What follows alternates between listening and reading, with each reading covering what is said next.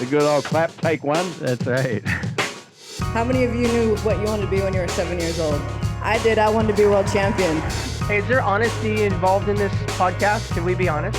You can shut your fucking lips. And then I'll just say, put them up, what? Let's go. He's like, you look too pretty on the wave. Get ugly. We can talk about DMT if you want. I thought we were boxing.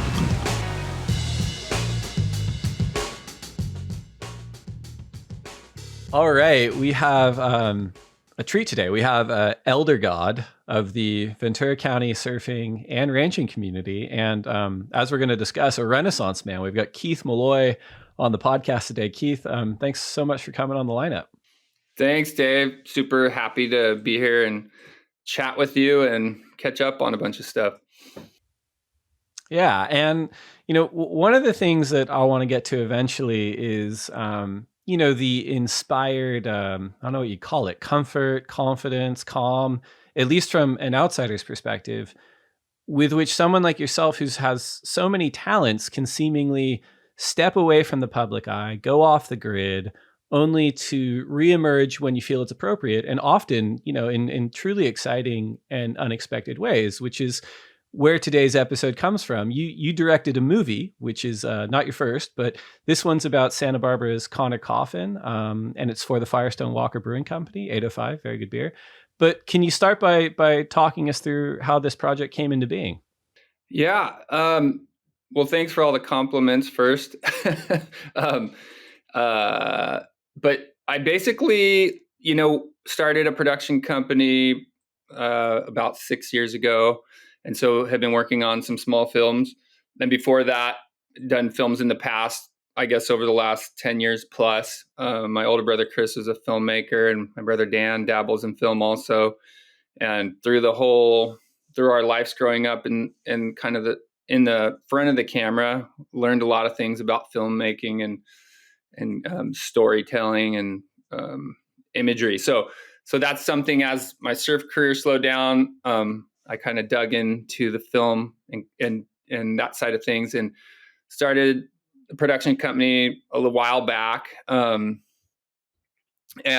been enjoying doing films since. And then basically what happened was one day I was surfing out here in Santa Barbara area, and Connor Coffin was out, and I've known Connor since he was a little kid. Good friends with his uncle Jason Baffa, and Parker and Connor were always out, you know, just making me crack up. I think the first time I met Connor, like I said, he was about 12, and I was walking down the beach at Rincon, and he's like, "You want half of my burrito?"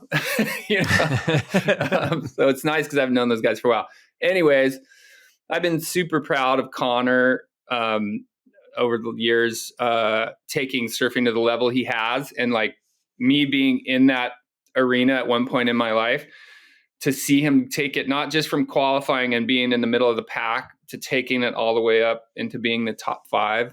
I just know how hard that is, and what a jump to do that, to go from like being on tour to being top 5. It's just like pretty incredible. And so I've been proud of him.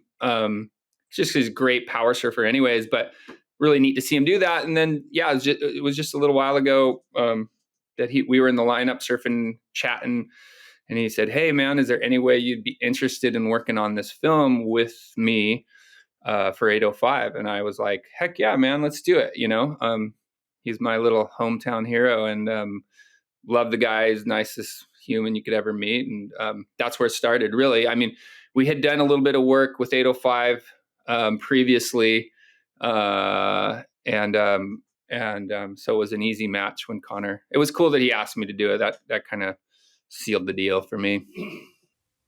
That's really cool. And you know, when it comes to your own filmmaking, the media landscape's changed, you know, so much since even when you were in front of the camera, you know, with the Taylor Steele videos, to, you know, the rise of the information age and social media and vlogging and, you know, clips everywhere, TikTok, etc. You know, when you approach your filmmaking, you know, whether it's your past projects or even this one with Connor, is that front of mind for you? Or are you thinking like, okay, like why are we doing this project, and what are we offering viewers, you know, in point of difference compared to what they get kind of everywhere else in the media landscape? Yeah. Yeah, for me, it's all about having a kind of unique, interesting story to tell. And surfing falls in line with that a lot for me because I'm a surfer, but I feel like I'm happy to do a story on anybody that has an interesting story to tell. And actually, uh, the other piece we did for 805 was on a 65-year-old bronc rider in the rodeo, and pretty. I mean, most that usually guys quit that when they're about late 20s, and the fact that this local guy in Santa Barbara was still riding broncs at 65. I mean, that's the kind of story that I'm like, there it is, let's do it. And actually, my partners Brett Williams and Andrew Schoenberger did a lot of heavy lifting on that one too, and these guys are always coming up with great ideas as well. But those are the things that kind of hook me when I like, oh my God, 65-year-old bronc rider, like that is mind blowing. And so for me, it's just storytelling, and it's like when you can have like say rodeo or surfing be what that story where that story lies, then it's even just a little more visually beautiful and fun to work on those, and yeah, that's where it's at for me. And it's like I'm not the kind of guy that's going to make a film about somebody and dig up the dirt. And like when I make film, I like to tell a story about somebody and make them look like as cool as they can, and like tell the beautiful story that they have. That makes a lot of sense. I don't know how much dirt the Coffins would have in their lives already. They're pretty nice guys. Right. But I'm glad you brought up those other projects because whether it's Come Hell or High Water or Fish People, the other projects that you've helmed have a really distinct perspective compared to a lot of the other stuff that we see in surfing or just kind of in action sports, and it jogged something for me. There's this author, Kim Stanley Robinson, who was actually featured on, the Ezra Klein podcast last week. And he's an author who's based in the High Sierras. And he has this concept called psychogeology, which is kind of a more specific way of like, looking at like, oh, we're all products of our environment. But he kind of has this idea that the geology that you interact with, the physical space that your physical body occupies, has specific effects on the mind. And when I, think about you and your brothers and your family, you guys are at this interesting intersection that's so much more than surfing. And it feels like whether it's ranching or climbing or just general sort of non-surf specific outdoor activities, that's really colored your perspective on storytelling in a unique way. Do you think that's fair? Or? I mean, I do. I guess we got so lucky to grow up. My dad was a surfer. He was also a construction guy. He also, did a little bit of cowboying, and one of my uncles was a big cowboy. And I think more than anything, my dad showed us that side of life that's a little grittier, whether it be in any of those arenas. So I've always just kind of been attracted to that. That being said, part of it's just being a fun hog and doing what sounds interesting and challenging. So yeah, I think that's where it's just shaped us, my brothers and myself. And then going ahead, that's usually is when a film project comes along, we connect the dots into that just because that's what we're passionate about. And yeah, I think that those elements, whether you're like a commercial fisherman, a cowboy, surfer, I mean, there's so many, rock climber, there's so many things, but like, that does shape you 100%, and I guess it's just like, yeah, going back to that thing where it's like, if you really want to push those things to the limit, it's going to make you a pretty salty, gritty person. And I respect that, I don't know why, but, that's where my interests lie, I guess. So I'm always excited to be working on a project that has something to do with that, It makes a lot of sense. And it sounds like similar to the idea that, again, like that environment really dictates a lot of the the mental pacing that goes along, even those activities you outlined. Like, there's other places in surfing that you've been to, I've been to, whether it's, Orange County or the Gold Coast, where it's like you can almost overdose on so much surfing. Like you can surf every day and you can surf good waves every day and you can read magazines and run into industry people. Whereas, in Ventura and Santa Barbara specifically, like you're far enough removed, and specifically the geography in Santa Barbara, not really getting a ton of surf in the summer, like it really forces you as a surfer to pause or even to kind of engage in other kind of lifestyle activities. And it's something I've noticed certainly in Connor, but probably a lot with you and your own family as well, where it's like, no, you can't paddle out at the Superbank every single day up in Ventura or Santa Barbara. You got to figure out other things to do. And I feel like that pacing has certainly influenced a lot of your work as well. Yeah. So that's a great comment. Like, so part of it for me too is, I have so lucky bastards, me and my brothers, travel around and surf. I don't take it for granted, and got to see a lot of different places, and probably could have ended up living in Hawaii or Australia or New Zealand or something like that. But it's something about this coastline here in California that I love, and I feel like I have roots here. And I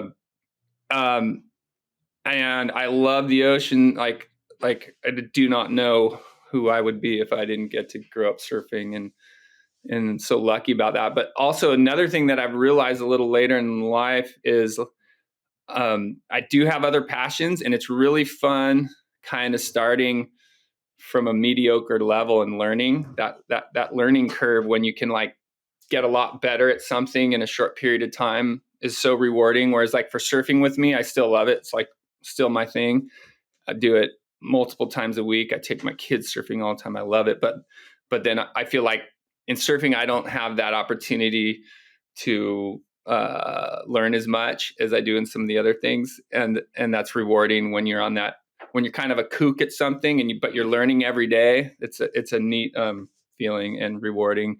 And so that's kind of definitely what I still kind of like when I went climbing with Jeff Johnson and those guys.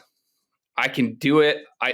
I'm not a good climber, and I haven't been doing it real recently, but making those big steps and learning a lot in a short period of time is just so fun. And so, yeah, I mean, I guess there has been other things, that I've been totally willing to give a try, and my brother's kind of the same. And like, yeah, it's beautiful up here. And like I said before, I had two uncles that were lifetime cowboys that were always a big inspiration to me. And my dad had some cattle, and he passed away and passed down the cattle. And so my wife's big into horses. My kids are too. And so we kind of do a little bit of back and forth with the ocean and the horses and the cattle and things like that. And yeah, feel lucky to be able to do it. And in the meantime, working on films and paying the bills.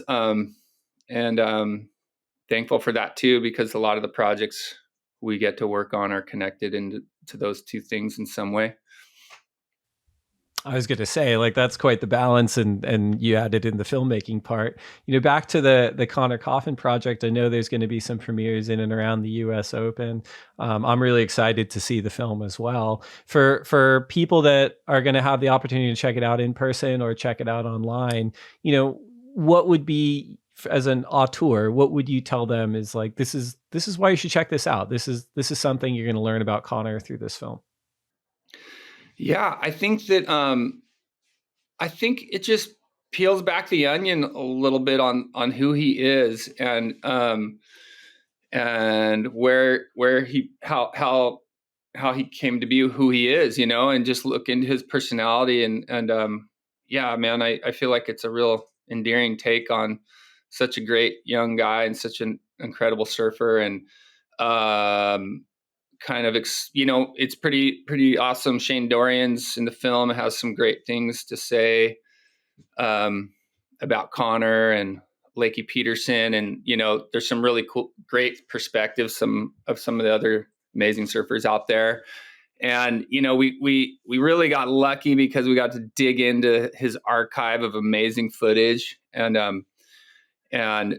I personally love the fact that he's just full on rail surfer. He's the guy that if I'm gonna watch the contest and tune in, he's one of my favorites to watch. Absolutely. So I think, we just peel back the layers and kind of get a little insight of how it all began for Connor and how he started surfing and how he fell in love with it.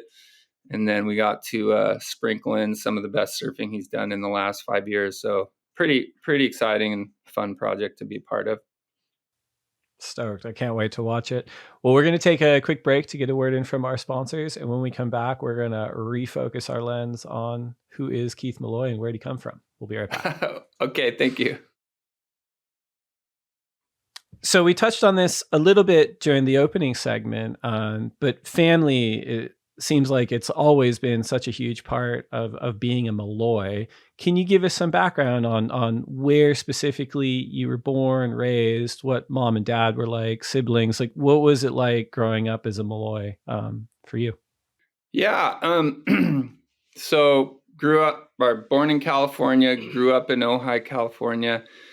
Have my older brother, Chris, younger brother, Dan. And I also have a little sister named Mary, who was born with a lot of disabilities. So that was pretty tricky because my dad was working full time. My mom had the 3 kids and then the little sister that had all these special needs. So that was, and it also gave us a lot of perspective. I mean, my little sister's blind and deaf and can't walk or anything like that. Can't really communicate very well or anything like that. So it kind of let us in on a side of life that I don't think a lot of people experience. A lot of people do experience it as well, but at a young age, we kind of were like aware of how things can be. And that being said, my dad was working full time. My dad grew up in Topanga Canyon. Like I said, he did construction most of his life, but he was a surfer, which was funny because back then Topanga was still little ranchettes, and I'm sure there was hippies there, but there was also a lot of rednecks there. And my dad was definitely on the redneck side of things and construction. But at the bottom of the canyon there was a wave. And so he fell in love with surfing and later on moved over to Hawaii and went to school on Maui and continued to surf. And then he and my mom got married, and my grandfather passed away. So my dad kind of came back to help with the construction business. But it was, so we grew up going to the beach on the weekends with my dad. And it wasn't one of those things where my dad wasn't the dad that pushed us at all. He like showed it to us. And if anything, it was like out of reach a little bit because we lived half an hour from the beach and we only had weekends to go surf. So that just like fired us up even more to want that. And it was just like, by the time we were out of grade school, we were just so locked in on surfing and found a way to get to the beach. And then it was a neat place to grow up in Ojai, because we did have horses and chickens and pigs and lived on a decent piece of size property. I mean, me, my 3 brothers and my sister and I all slept in the same bedroom in the early days. Like it wasn't like we had this amazing spread out there or anything, but we were lucky to grow up in the outdoors and experience kind of that lifestyle. And then, moving forward, Chris and I both moved to Hawaii. I don't know how far in depth you want me to go with this, or if you should ask another question, but no, we'll get there. But I think just unpacking all that, which I really appreciate. I think a couple of things. I think, the perspective note, when it comes to family, I think is a really good one. Because I think it's specifically now that surfing's changed so much and it's grown so much, you kind of, you probably have a higher frequency of people that grow up in a lot of comfort. And that's not to judge anybody, but it's like they get so singularly focused on doing one thing, whether it's surfing or kind of anything else. And they don't have that other perspective that comes in, whether it's, living with a family that has its own challenges, or even kind of going back to your point on, surfing felt like it was kind of far out of reach, because I see that a lot, having worked at the ASP WSL for, 18 years or whatever it is now. it's like you kind of see two distinct camps of people who make it to that elite level, whether they're championship tour surfers or just world class surfers. And the one camp is the dynastic camp of like, my grandfather was a pro surfer, my dad was a pro surfer, I've been sponsored since I was 8 kind of thing. Yeah. But then the other camp are these people who had to fight for it in a way, you know, and I even put someone like, you know, Kelly in that camp, or any of these surfers from Florida who grow up to surf really, really well in waves of consequence. It's like, it's not easily accessible to them. So they're hungrier. And it does feel like that creates an internal drive that is really needed to get to the top of anything. Right. Oh, I would agree. I mean, there's a lot of incredible surfers out there that could get to the level to be on the world tour, but they just don't have the desire or aren't willing to spend their life on the road, you know? And I think that there's a lot of different reasons that bring out that desire. Sometimes it's family issues. It seems like a fair amount of the time there's like a family issue. You know, I know with Kelly, his dad wasn't around a lot. I don't know if that makes that person want to prove themselves to their, you know, whatever dysfunction they have in their life. But a lot of times that's what draws it out.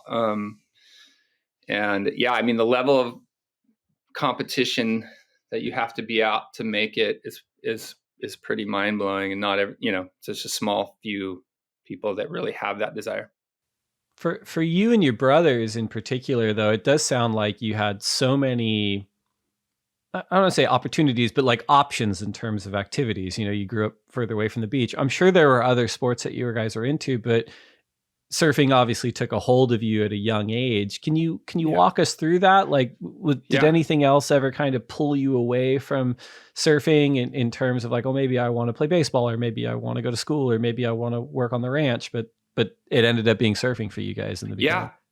Yeah, definitely. We were, all three of us brothers were playing a bunch of baseball as kids. And my brother, Chris, he actually played in high school for a year and like made the varsity team when he was a freshman. So I pretty much guarantee we would have gone the baseball route. Probably. My dad played baseball as well. Had some relatives that were in the pros. So, I mean, yeah, we, you know, as we were getting involved with the other sports and surfing, there was definitely a stage there where could have gone anyway, you know, and, you know, no surprise that like surfing is the ones, I don't know if you want to call it a sport or what, but it's like you go out there to have a lot of fucking fun and end up that it's like a sport and a direction you can go. And it's like, yeah, there was a moment probably in my dad's head where he's like, oh, I want him to play baseball and go to college. Since he was a surfer, he was like, hey, I'm going to let these kids run with it. He knew how passionate we were about it. And yeah, that's just how it unfolded. But I mean, I could have seen myself it's so funny because surfing is like such not a jock sport, but I could have gone that way. I could have been full on baseball, football, who knows? I would have wanted to do something active, you know, and athletic. I know that. And it could have gone in a couple different ways. And I feel so lucky that it ended up being surfing, because I truly feel like if you're surfing, you're the luckiest person on the planet. It's something so special about it. And that, it's not like the other sports, and it's like immersing yourself into the environment. It's just the best. Well, and you know, cutting your teeth and developing and kind of those nascent days of professional surfing for you and your brothers, we're talking probably, you know, late 80s, early 90s. Ventura County is still kind of far enough away from, you know, Orange County, geographically speaking. I'd imagine, and for your family in particular, not being like on the beach, and as you said, having to kind of work to access it, you know, was that pathway towards professional surfing a little more challenging for you guys? Did you find it harder to get attention? I mean, what was it like for you? So definitely the thing about it, without a question, is like, you go down to San Diego and you hang with Rob Machado, and he walks around town and everybody's like clapping for him as he goes down the road. Whoops, I lost my earphones. But then you go, Taylor Knox and those guys, I mean, they're just like celebrities. Like growing up in Ventura and Oxnard and area up here, there's a lot of fucking jealous people that were not, they were, like I think because I think my brothers and I showed a lot of respect from the beginning. And so I don't feel like I really wasn't hassled. But there was not that same feeling of being like a completely celebrated bro. It's like a lot of people in the Ventura Oxnard area are, working hard jobs, trying to sneak a session in. And so it's, yeah. And I mean, I appreciate it because it's, it gave me a good perspective. And when I went out there and traveled and went other places, I was like, really watch my P's and Q's because I had to at home. And then the nice part was I gained respect at home by doing that. And then, all the guys you want to be in with were my buddies. So it wasn't like a major problem, but it's definitely a different world. Yeah. Yeah, for sure. And I mean, I'm fortunate that I get to call, Oxnard home and have for 12 years, but you're right. Like it's a lot of black wetsuits, a lot of white surfboards. Yeah. And it seems like that culture certainly seeps into people that reach, the levels that you and your brothers did as well. Like whether you look at someone like a Timmy Curran or a Dane Reynolds or a Chris Brown or Bobby Martinez, Connor, there is that element of, it's not so much you're apologizing for being a professional surfer, but you're kind of, it goes back to that perspective piece where it's like, it's not all flash. It's not all everything. Mm-hmm. And I'd imagine that when you were coming up, when you and your brothers were coming up, there was sort of those two trajectories in terms of becoming a professional surfer. It was, well, there's the competitive path and then there's the editorial path. Did you have an aha moment when you were younger where you're like, oh, I might actually be pretty good at this. I think I can do this as a job. So you're talking about the surfing side of thing or like the films? It was surfing side of things. Yeah. Yeah, I think that, I did pretty well and then in like the amateur scene and was on the national team and all that stuff. And then it was interesting though, like I was never, I never quite had that competitive pull. And in my mind, I was never like going to be one of the best, competitive surfers out there.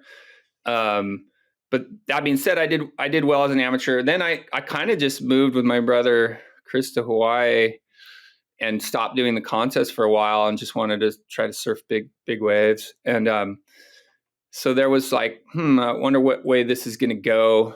And then, we just fell into awesome friendships with guys like Taylor Steele and Shane Dorian and Kelly Slater and Ross Williams. And we got very lucky that we had this like clique of friends that was kind of on the cutting edge of surfing. And slowly but surely it started unfolding for us. But I mean, when I first moved to Hawaii, Chris and I lived in a one bedroom in the VLAND, old school VLAND apartments, the white ones. And we're eating tuna out of a can and, had $60 in the bank account.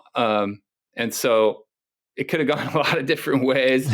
But I'm trying to think if there's like one moment, where it dawned on me that it was going to happen. But it was, I would say like it slowly but surely started happening and we stuck with it. And we just had this like insatiable desire to, travel across the world and try surfing some big wave and get back on the like we were so in love with it that it's slowly but surely unraveled into a legitimate career for all three of us. And it also, like hearing you describe that too, where it's like, oh, well, we did the surfing around Ventura County and home, and now we have this opportunity to go chase big waves in Hawaii. It feels like you guys were almost ahead of the curve in the sense that surfing went through this very like specialized generation where it's like you're an air guy or you're a turn guy or you're a big wave guy or you're a toast, it's like, as opposed to like a more generalist, like, well, if you like these things, you can be good at all of it, and it feels like you and your brothers were of a group that was like, well, we're going to try to do everything, and in particular with someone like you, I know you said you're not drawn towards competition, but you did qualify for the show. You did make the championship tour, which is no small feat. You qualified for the 2000 tour. So how did that come about? If you're kind of in this space, like, I don't know if I need to be ultra competitive, but then, it almost seems like you were too good not to do it, Yeah. So what happened is I was riding for Reef Brazil at the time, and they did 3 big QSs down in South America, and they asked me to go do the events. And so I hadn't really been doing the contest, and then they asked me to go, and I said, okay, sounds good, I'll go. And ended up winning the 6-star in Peru. And then all of a sudden that's right at the beginning of the year. There was like Argentina, Peru. What wave in Peru is it at? Out of curiosity. It's that what is it called? Punta Rocas, I think.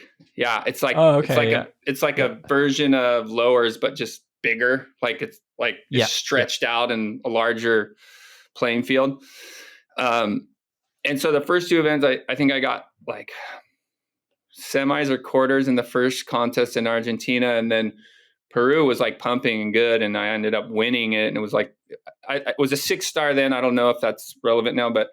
So all of a sudden, it'd be like a QS. It'd be like a Challenger Series event now for our listeners. Yeah. So all of a sudden, I'm like leading the ratings in the QS by a mile, and I'm like, wow, I better do this.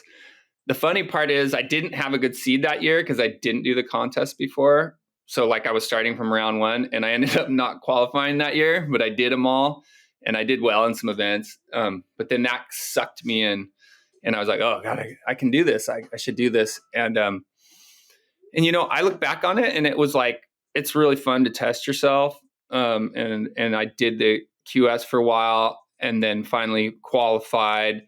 And then I broke my foot the year I qualified, right at the end of the year in Hawaii. And then so I kind of missed the first event of the tour. And then the second couple events, I was like in an ankle brace and and then so all of a sudden I had a really bad start to the year.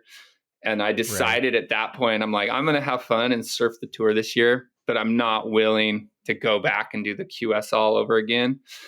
But I look back on all that, and it was such a fun time. And even though I don't consider myself a full-on contest surfer or never was like amazing at it, I'm not like bitter about it. It was fun. It was a great experience at that age, testing yourself against all the best guys, When you get to lord that over your brothers at the family dinner table too. When it comes up. The craziest part is theoretically, Dan could have gone on to be in the top 5. I think he beat me almost every single time we had a heat in a pro contest. Dan would smoke me.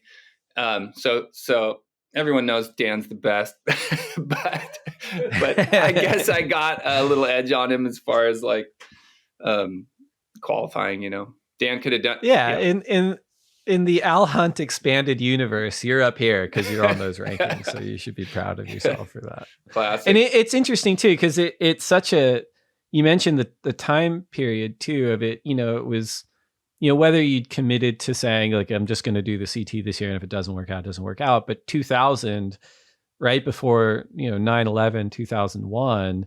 And I'd imagine that, and I mean, we're all kind of going through similar kind of outside of surfing external atmospheric events too, where it's like, pandemics really disrupted a ton of careers, and I'd imagine that, 9/11 and what happened obviously outside of surfing, but inside of surfing too, had some influence on what you were planning on doing with your career after that. Yeah. Wait, rehash that for me one more time real quick. Even just insofar as like, so you're on the championship tour in 2000, you don't requalify. Yes. Even if you'd wanted to in 2001, like so much had been disrupted in the world after 9/11 that it's like, it almost forces you to reevaluate at that for sure. So at that point for me, I was like, I felt like, hey, I can like push on the QS and get back on tour and probably do okay. But I never expected myself to be like top 5 guy, which was like shooting myself in the foot anyways. So I was like, hey, I still had the opportunity to do some amazing traveling around the world. And I kind of focused on the far north and the far south and Iceland and Norway and Russia. And like, to me, that was still incredibly interesting and something I wanted to do. But it also was a little wake up call for me too, to be like, okay, well, let's start the next part of my life, like, and it was tricky actually doing all the contests and then not having that schedule in front of you and kind of, right. like that. There's something really like, when doing the contest, like the guys that have been doing it for 10 and 20 years, like they're going to have a hard time when they quit, because when you have that schedule and you have that challenge laying ahead of you every year, it's kind of like a neat groove to be in. But yeah, I got the opportunity to do a ton of traveling when I quit the tour and work on some really neat projects and do some stuff that I've been proud of ever since. Yeah, I was lucky that I had options outside of the tour, I guess you could say. Totally. And I mean, I've heard similar things from, even someone like Dane or whoever, like people who decide that I'm not doing the tour anymore, but I'm still a professional free surfer. And they've kind of said, one of the things about the tour is at least it provides like a calendar structure to your life, where it's like surfing's pretty intangible to begin with and unstructured, but you're like, well, I'm going to go surf Emmawood and I know I've got a contest at J-Bay coming up, so I'm just going to try to go right, yeah. Kind of thing. Like at least it was like some sort of like specific goal and you're free. And then they've also like, well, now that I'm just doing film, it's like, it's paralysis by so much opportunity, because you're like, well, what do I do? Right. But for you in particular, you mentioned you had these awesome relationships and you were so ever present, for me as a young surfer, whether it was with Billabong or then Hurley and then eventually Patagonia, it feels like you transitioned into this free surfing space and also drew upon, your childhood development of being very comfortable being outdoor and being very flexible and adaptable in those situations, that you were almost tailor-made for that part of your professional surfing. I think so. I think my brothers and I all like fit into that category that wasn't contest better than anything. Like I said, I enjoyed those years that I did the contest and I'm glad I did. But like, yeah, I think we were willing to go somewhere, for a month and sleep on the gravel and surf if it was huge or surf if it was small, and just had this really cool passion for it. And yeah, it's hilarious because like you're like, oh, I got off tour and didn't know what to do with myself a little bit, but it's like being like a rock star that has a drug problem. It's like, dude, you're one of the luckiest bastards out there. And so yeah, I didn't, I always kind of felt like really lucky. And that's why later in life, I've tried to help out and do some surf camps, whether it's Surfers Healing or the Me Water thing, taking, underprivileged kids surfing and stuff. That is really rewarding to me now, because I do feel like surfing has been such a positive influence on my life that I feel really great when I can share that with other people. And being like, naturally, I like teaching surfing and things like that. So for me at this stage in the game to like go take some kids surfing with the Me Water Foundation that have never maybe even been to the beach or never, had anyone teach them anything hardly. Basically underserved kids like that at the end of the day, watching their smile on their face when they get a nice ride. That's kind of where it's at for me today. Yeah.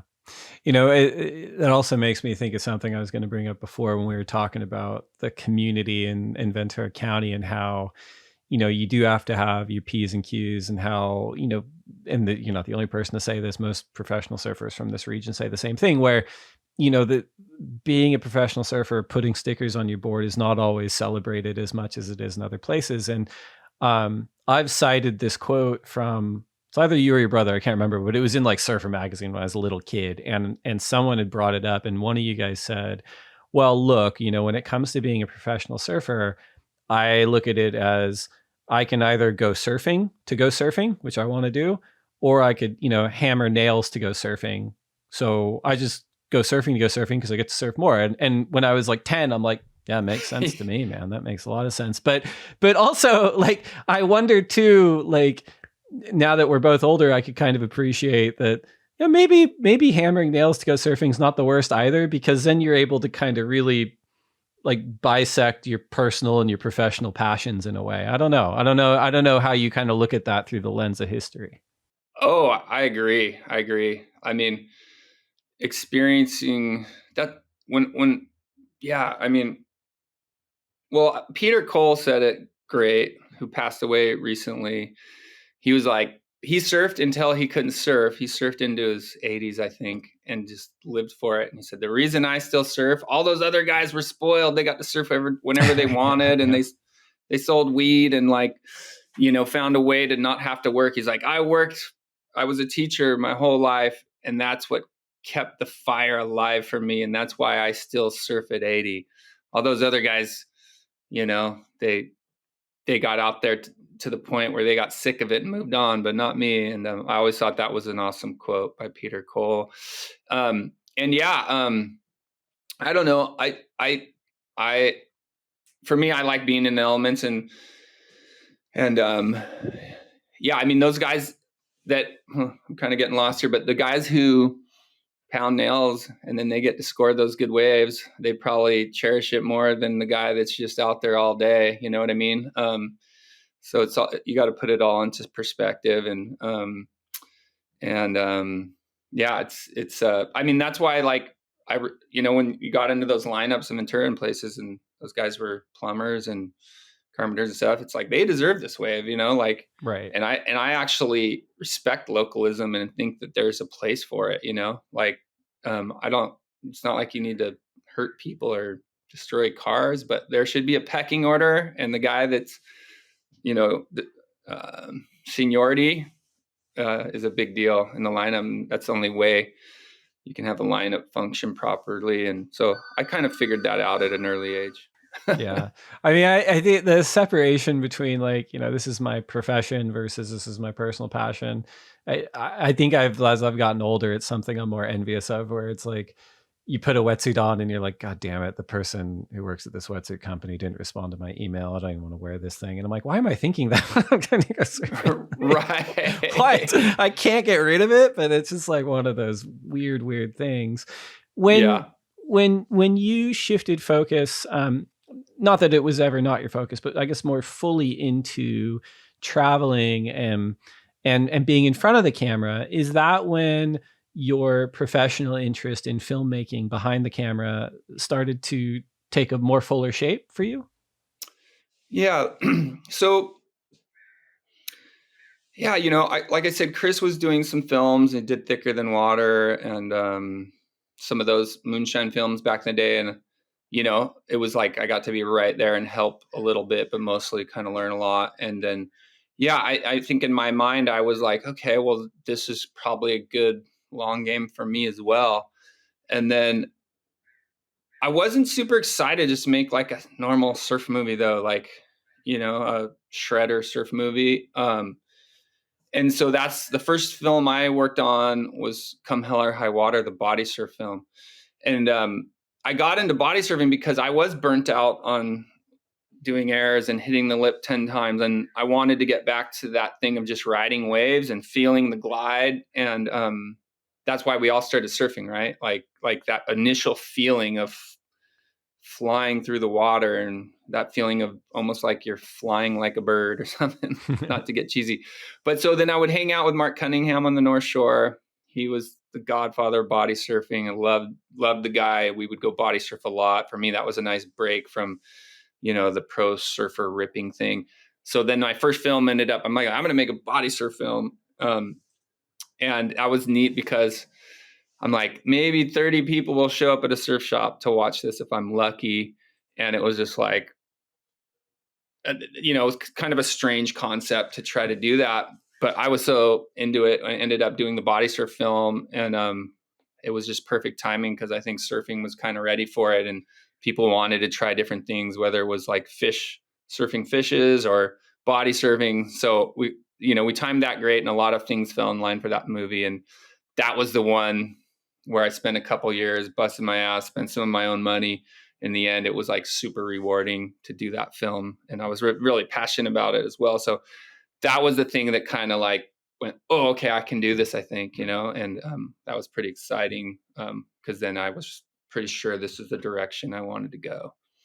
That makes sense. And I mean, when you talk about, I would say that probably your attraction to it mirrored the community's attraction to it, which is probably why it was so successful in the sense of it kind of goes to what we were talking about just before, where it's like body surfing is like a stripped down minimalist approach to enjoying this thing. It doesn't come with all the affectation of like, I need to wear this t-shirt and have this wetsuit and this traction, all this stuff. Right. And it's like, nope, this is just the minimalized version of enjoying this activity, which you can have like in stand-up surfing as well. But, that's the other thing I think about on that, Kim Stanley Robinson comment from before is he was talking about, when we used to hike the high Sierras in the 60s and 70s, it was having the least amount of things you can to maximize the experience. And he was commenting on particularly like young Americans that he sees out on the trails. He's like, they've got so much stuff, like they've got like huge backpacks and like all this gear and they're in these huge cars. And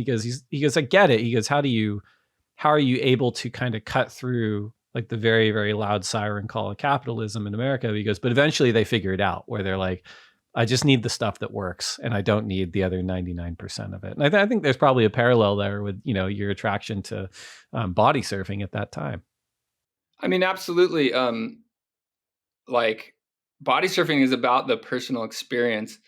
It's like, if you were like to go to a body surf contest, I mean, it's really hard to do right and everything, but it's not going to be like this awesome spectator sport, unless it happens to be 10-foot wedge. Otherwise, you just see these heads in the water moving around. It's like, but selfishly, you're okay. And the other thing too is like you're not standing up to show people how awesome you are. You're doing it for your own personal enjoyment, and it really is just the purest form of surfing. And like you said, can just go out there in board shorts, maybe wear some fins. Usually some people, I mean, obviously that helps, but I mean, like, it's really nice to just be you in the water. And, it is to me the purest form of surfing and so special, and does just take you back to that pure pleasure of being a kid and being in the water. And, yeah, I mean, it's neat. You've seen a lot more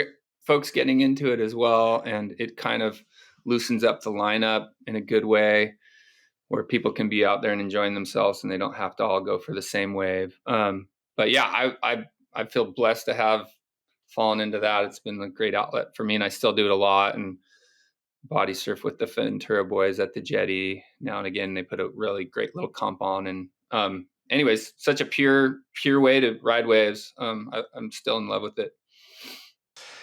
We talked a little bit before about how ever present you were, certainly as a professional surfer and then a brand ambassador. And one of the major things that happened in the surfing world was you and your brothers beginning to work with Patagonia as brand ambassadors, because, and this might be some revisionist history that I pulled from some magazine somewhere, but it sounded like you guys walked away from, at the time, what was more of a traditional kind of like, yep, I get my stickers, I'm getting X amount of money, I go on Y amount of trips a year, to no, we want to do something different with our time and with our profile, and start, whether it's co-developing products or working in more of, ecological health kind of company, ecologically minded company. And yeah. Can you talk us through that time in your career and how the decision came about and what that experience has been like? Yes. So I think, my brothers and I were lucky enough to, we rode for Billabong with Bob Hurley. That was great. And then Hurley, then Bob went on to do his own company, Hurley, obviously. And like, what was that? Well, real quick, what was that conversation like when he was like, "Hey, I'm going to go do this thing," and you're like, "Easy, I'm with you"? It was pretty neat. Yeah. I mean, Bob one day was like, "Got something important to tell you guys, come down to the office." And he's like, I mean, it's so funny at that age and everything. He's like, Billabong is like, it's like so bigger than life kind of. And he's like, well, Right. we're going to change the name. It's going to be Hurley. I'm going to do it on my own. You guys in? You want to do it with me? And I like Bob so much, and my brothers as well. And we'd had such a good relationship with him. We were like, heck yeah, let's do it, And it was a pretty neat time. It was. I know it was really exciting for Bob and the whole crew down there, and it was a cool ride for my brothers and I. And always loved Bob, and such a great guy.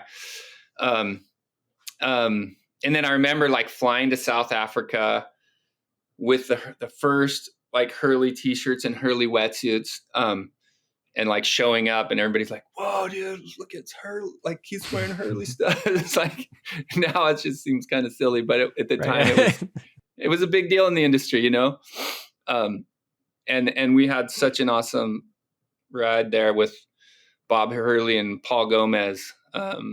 He was our team captain, and those guys, we were like, hey, you guys, you're hammering, do whatever you want to do. And they gave us a travel budget, and it was like, they were really great at just being like, we're not going to tell you what to do.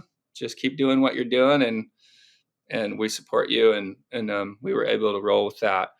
And then something interesting happened is, I think around the time that, I don't know if I'm totally right on this, but I think Hurley sold to Nike, which was like a big change, And then at the same time, I became neighbors with Yvon Chouinard, like randomly.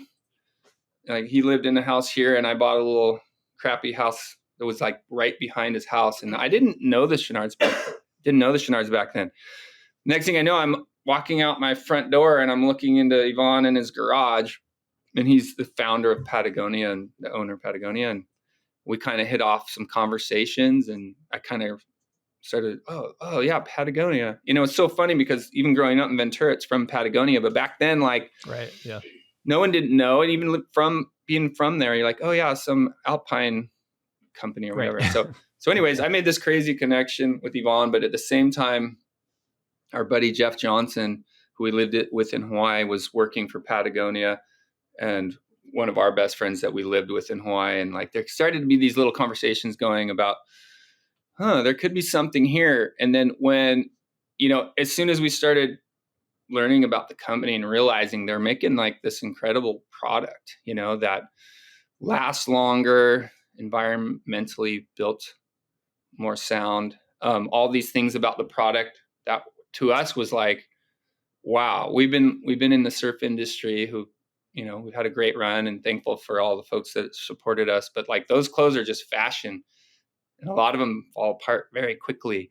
Meanwhile, my brothers and I are doing these trips to Iceland and Antarctica and these places where you need some really badass gear to stay warm and survive. So all of a sudden, these two worlds started colliding, and before we knew it, we had a opportunity to be ambassadors and come into Patagonia and help with the surfboards and the wetsuits and the clothing, and A to Z, kind of launch the Patagonia surf side of things, which had been dabbled with in the past, but hadn't really worked. So yeah, we had, and through that, we were able to work on a lot of films and books through Patagonia. And my brother Chris made the 180 South film, and later on I did the Fish People film. And so it was very, it was really a great run with those guys. We had a lot of fun, and that was when I got to climb El Capitan, which I still can't believe I got to do, and stuff like that. So yeah, the Patagonia thing just seemed to be the right fit for us. In the beginning, like I said, a lot of people in the surf world were like, Patagonia? Like, I think on Surfline it said the Malloys moved to Patagonia, which meant like we were leaving Hurley to go to Patagonia maybe, but everyone thought we had moved to South America because they didn't even know what Patagonia was at that time. Right. Like as a clothing brand. Yeah. It's so interesting, like you mentioned climbing, and I'm not going to belabor the podcast with my own affectation for it, but like my affection, excuse me. But my kids got me into it in the last year, and it's like it's fixed my back, and I love it. And I've like gone so deep down, like even the content in climbing as well. And I was talking to someone about this recently, and hearing, climbers like Tommy Caldwell or whoever talk about, the Dawn Wall in El Capitan. It's like the closest thing I've ever heard to anyone talk about something like dedicating your life to like pipeline or something, like it becomes this, there just seems like there's so much crossover in the sense that, it's in a way it becomes people's lives and it's like a meditation, but you can invest so much into a particular venue or a particular place. And in that investment, you find out so much about yourself in it. It's very, very cool. I think there's so many, I feel like there's way more parallels maybe between climbing and surfing than, MMA and surfing, which oh my gosh, I agree. Crossover du jour.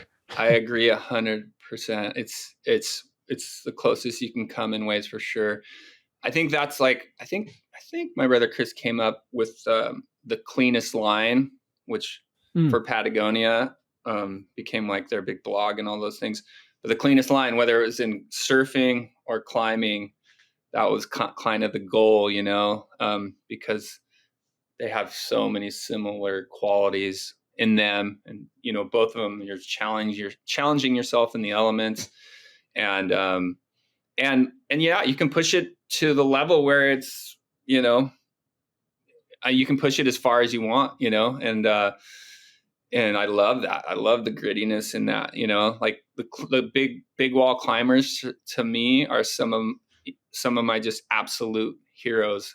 Like you cannot be more badass than a big wall climber. And I'm close to surfing, so big wave surfers are incredible, but even like the big wall climbers, talk about the pain game.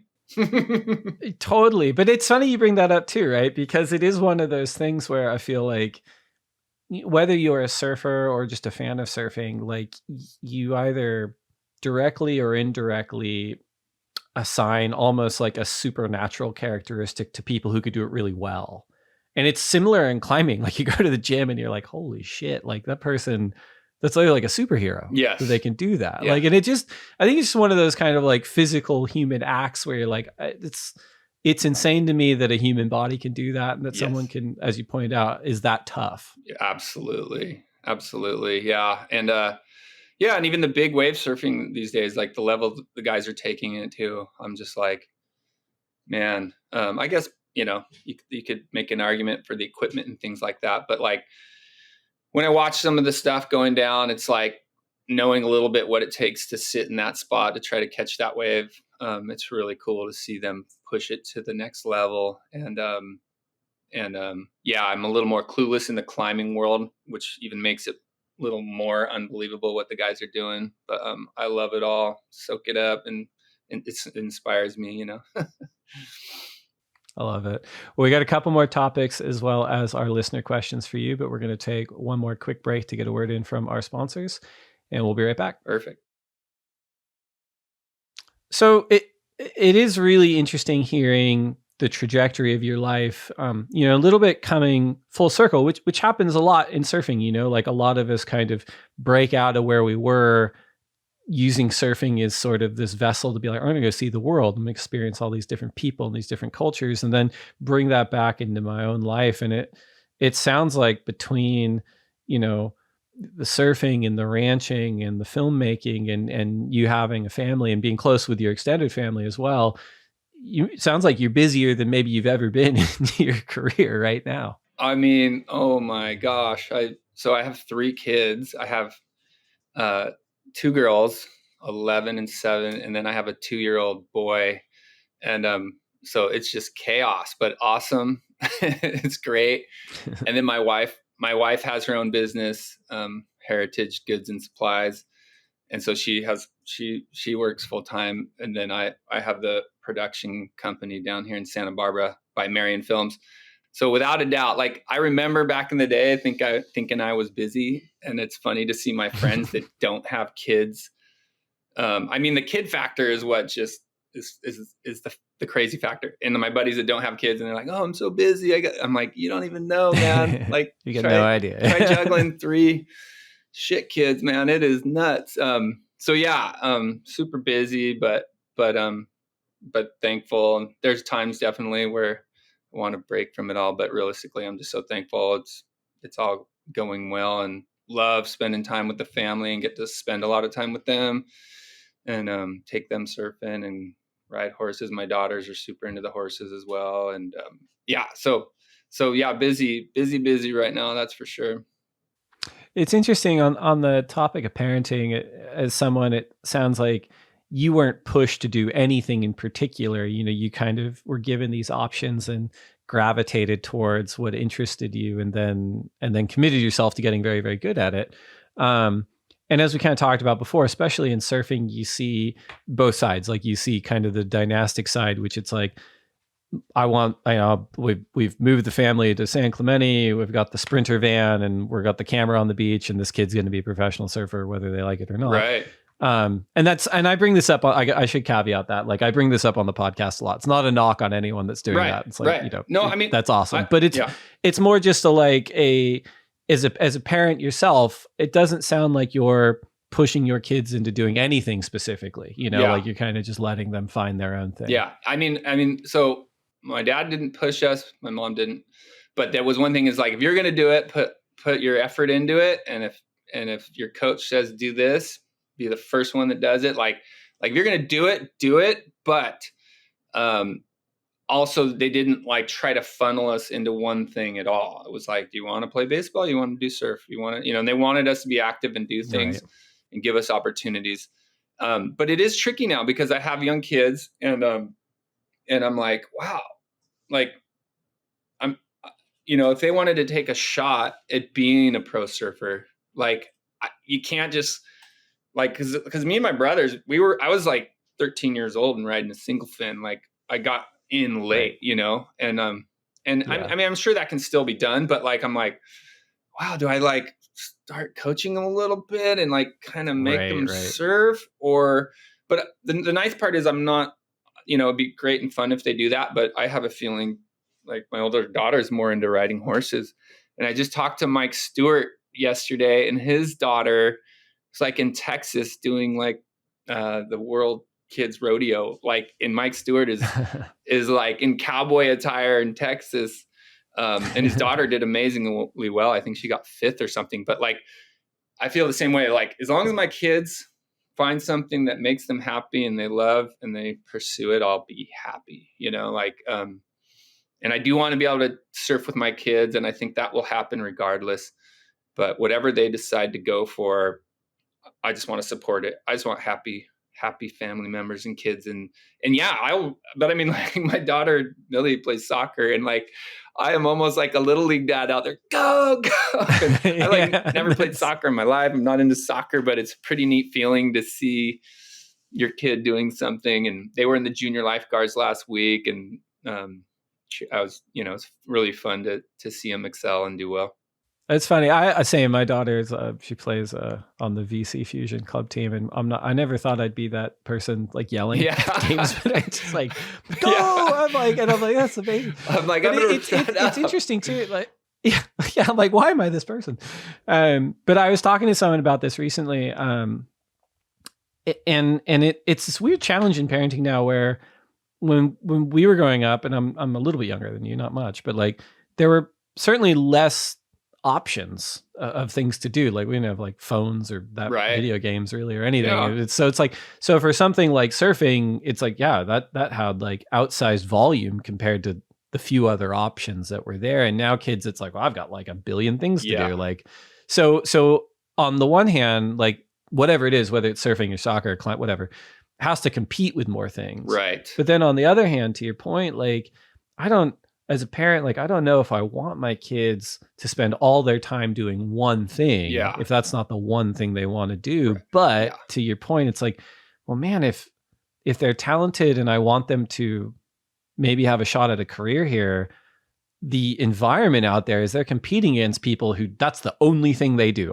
every day. And it's like, shoot, am I a bad dad? Because I'm not like out there drilling my kid on like soccer Right. skills or whatever's going on. Yeah. It's tricky. Being a parent's tricky. Yeah, I think I'm just taking the route where it's like, if they're gonna fall in love with it and they're mid-teens and really go for it, I'm hoping there's still time to excel, because I think, like you, like being the little league coach at such a young age, I think chances are they're gonna burn out, and even if they don't burn out, it might just be not as healthy in the long run. And we all know it has to come from within, So I'm like, I'm going to stall in these early teen years and just see if they hopefully find a passion. And I don't know, maybe I'll screw it up and I'll miss their opportunity because they're not surfing 8 hours a day when they're 11. But I think you agree with me. It's like, if you push them, that's probably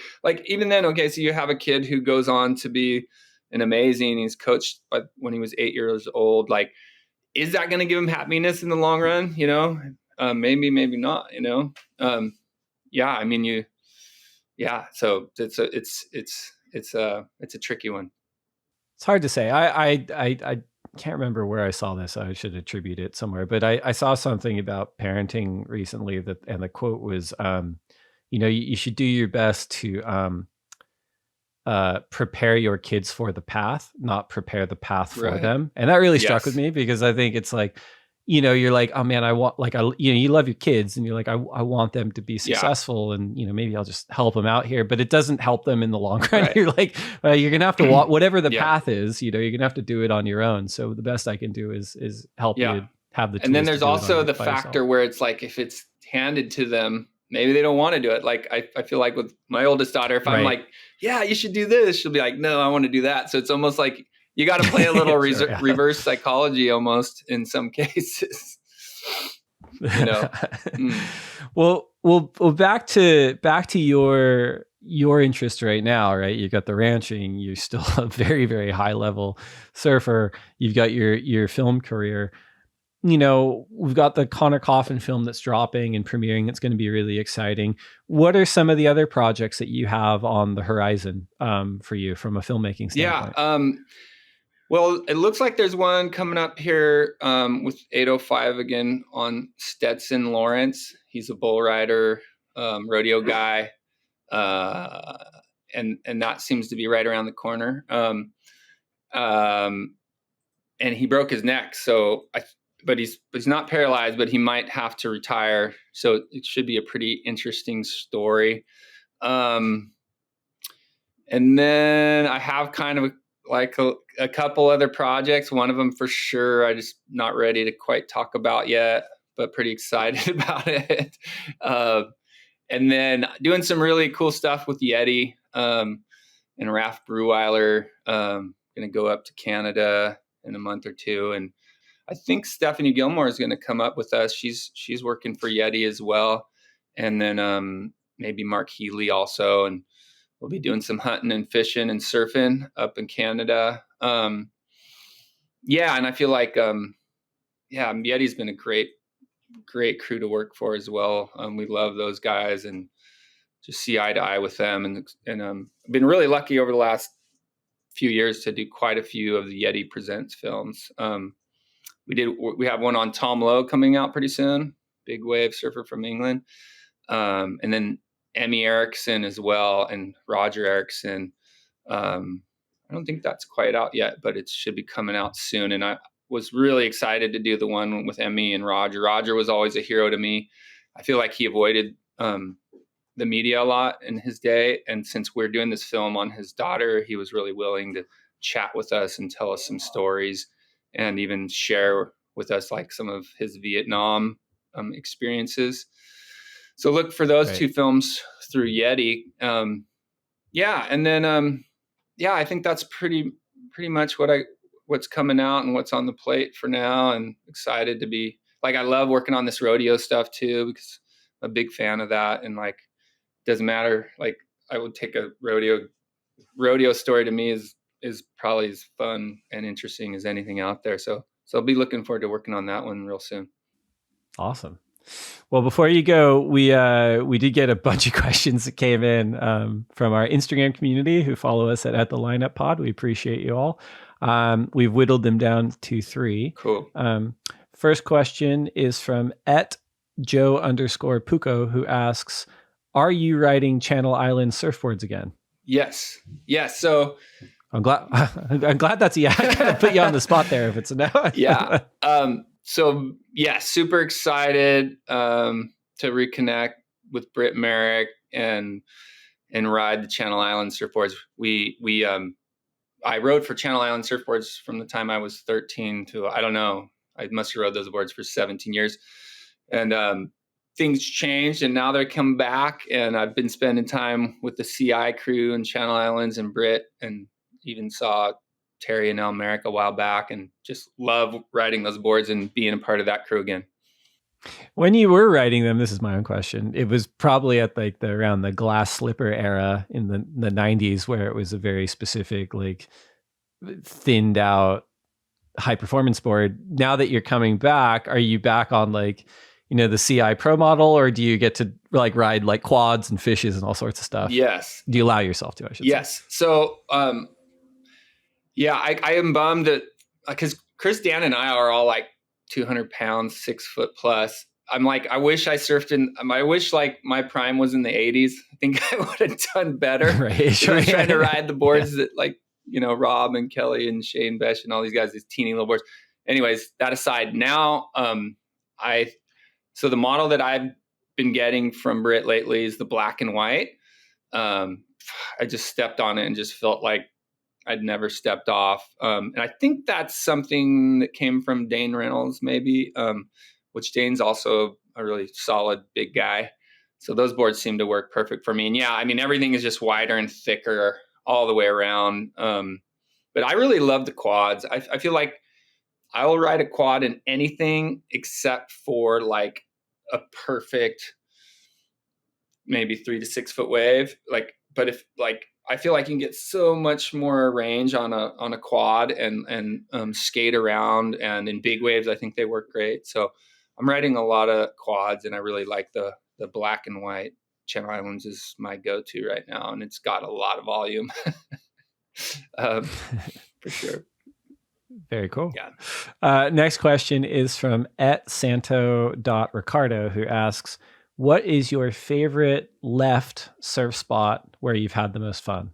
I'm guessing they mean left-hander. Favorite left. I mean, I think I'd have to say Teahupo'o is the most magical wave in the world. And I'm, not talking, it's really scary if it's like anything over 8 feet. But man, you paddle out there and it's just like, it feels surreal. The watercolor, the reef, the atmosphere.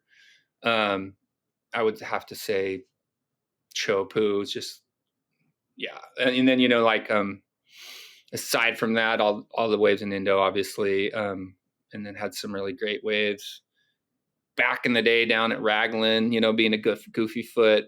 For me, that was kind of the reverse Rincon. So it was like one of my favorites. But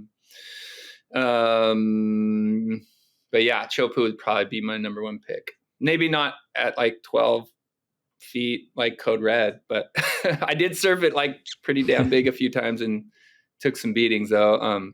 But I'm talking like 6 foot right now would be great. All right. Last question is from I Am Matson. Maybe it's related. What was the heaviest surf session of your life? Good one. Okay. So Dan and I, there was a couple, but I would say Dan and I towed in at Mavericks like 15 years ago. I think it's still one of the biggest days ever out there. It was foggy and brown water and just as big as it gets. And we suited up in the dark and came in the dark and just had this crazy day out there. And I remember at one point we were switching off. We had one ski. By the way, I love the fact that like towing in is kind of lame now. Like it should only be reserved for the days that are unpaddleable. I like respect the guys so much for just paddling, but back then it was still on. And that was one of those days where you had to pretty much tow it. It was that you had to tow. It was massive. And anyways, I pulled Dan into a wave and he kicked out because something happened. He kicked out, and like the set of the day came. I felt like it was like a 60-foot wave, like apexing. And I was lucky enough to be able to U-turn and whip around and come in. And like both of our eyes were just like it was the heaviest situation I ever been in. And like without a word, he like grabbed him, he got on the ski, and the wave hit behind us, and we got just covered in white water and came out. But it was just one of those waves, like a 60-foot face at Mavs apexing. And that was like one of the craziest closest calls we ever had. And never forget that session. I would say that's the heaviest. We had another really amazing one out at Outer Log Cabins, towing in back in the day too. But Mavericks on that swell was probably the heaviest session Dan and I ever had.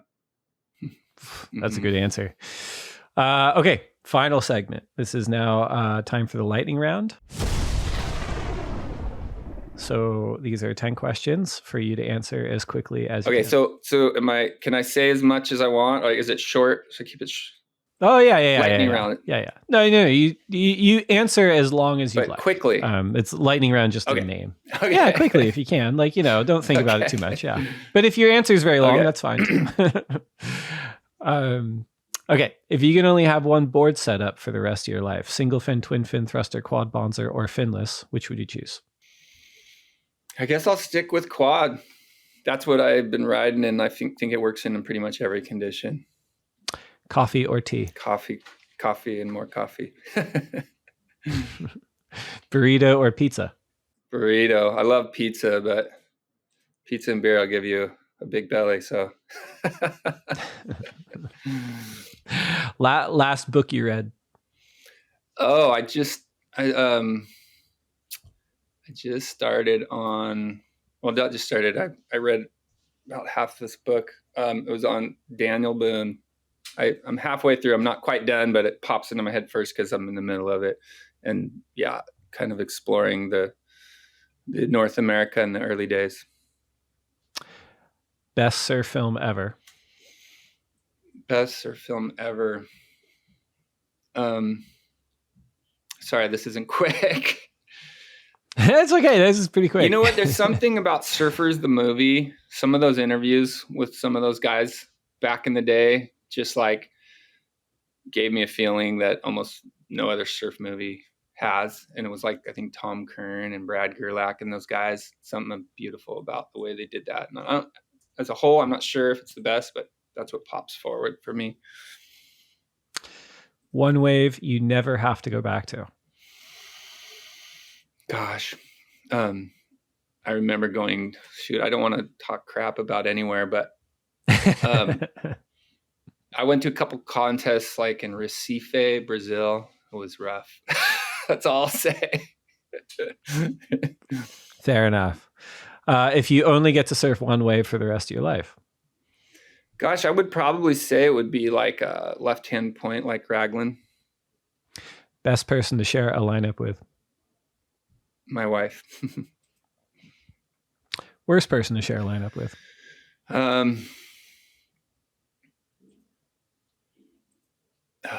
Someone's talking shit about someone else in the lineup. That's like when somebody's like, that's the only time I will confront somebody is if they think they're cooler than someone else and they're like, picking on, bullying someone else.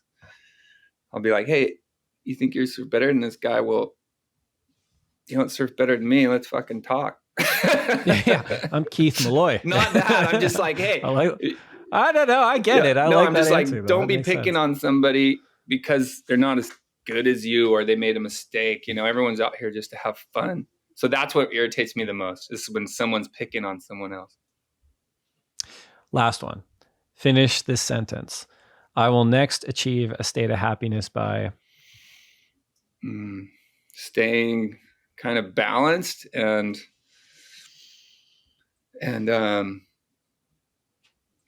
let's see, staying balanced and staying in tune with yourself and trying to figure out where your happiness lies and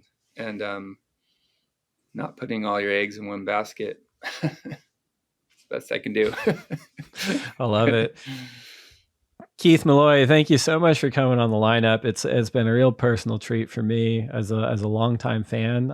Everyone, make sure you check out Keith's film on Connor Coffin, which will be coming out in the next couple of weeks if it's not already out by the time this comes out. And yeah, man, keep looking forward to watching you surf and watching what you're putting on film, because it makes all our lives much better. Thanks so much, Dave. Had a great time talking to you. It's been a blast.